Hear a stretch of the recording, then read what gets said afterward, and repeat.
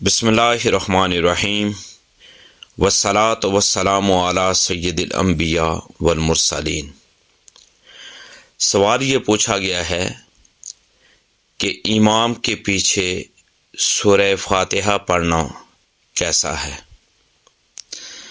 اگر مقتدی سورہ فاتحہ نہ پڑھے تو کیا اس کی نماز ہو جائے گی؟ تو دیکھیں، بھائی نے بہت اچھا سوال پوچھا ہے۔ اس کا جواب یہ ہے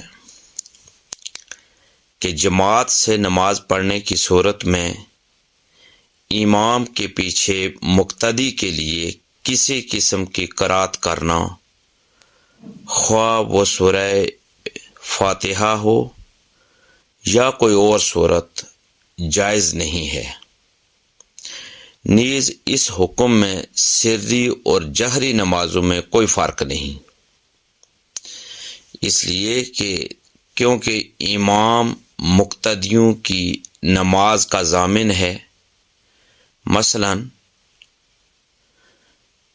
اس میں یہ ہے کہ اگر امام کا وضو نہ ہو تو تمام مقتدیوں کی نماز ادا نہیں ہوگی، اگرچہ تمام مقتدی باوضو ہوں۔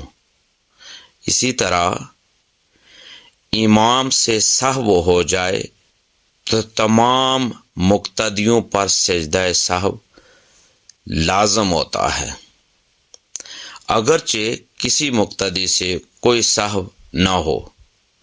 اسی طرح اگر تمام جتنے بھی مقتدی ہیں، تمام مقتدیوں سے بھی سجدہ سہو واجب کرنے والی غلطی ہو جائے لیکن امام سے سہو نہ ہو تو مقتدیوں پر سجدہ سہو واجب نہیں ہوتا، بلکہ امام کی نماز صحیح ہونے کی وجہ سے ان کی نماز بھی صحیح ہو جاتی ہے۔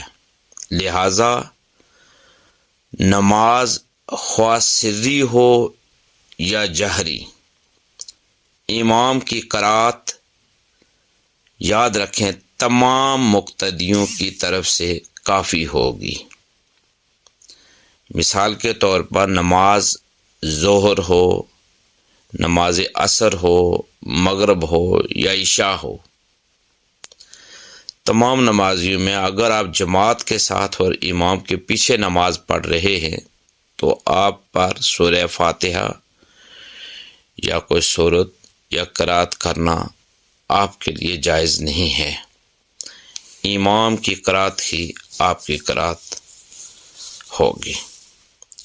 اس سلسلے میں حضور تاجدار کائنات صلی اللہ علیہ وآلہ وسلم کی احادیث مبارکہ بھی ہیں، لہذا سنن ابن ماجہ میں ہے، حضرت جابر بن عبداللہ رضی اللہ تعالی عنہ رسول اکرم صلی اللہ علیہ وآلہ وسلم کا فرمان نقل کرتے ہیں، جس شخص کا کوئی امام ہو تو امام کی قرات اس کی بھی قرات ہے۔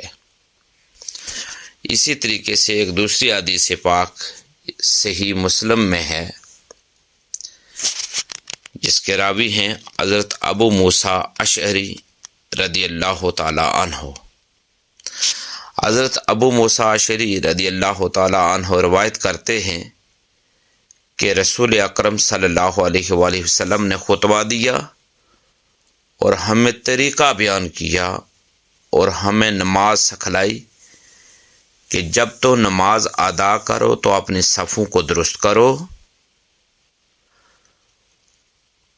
پھر تم میں سے کوئی امامت کرائے، پس جب وہ تکبیر کہے تو تم بھی تکبیر کہو، اور جب وہ قرات کرے تو بالکل خاموشی سے سنو۔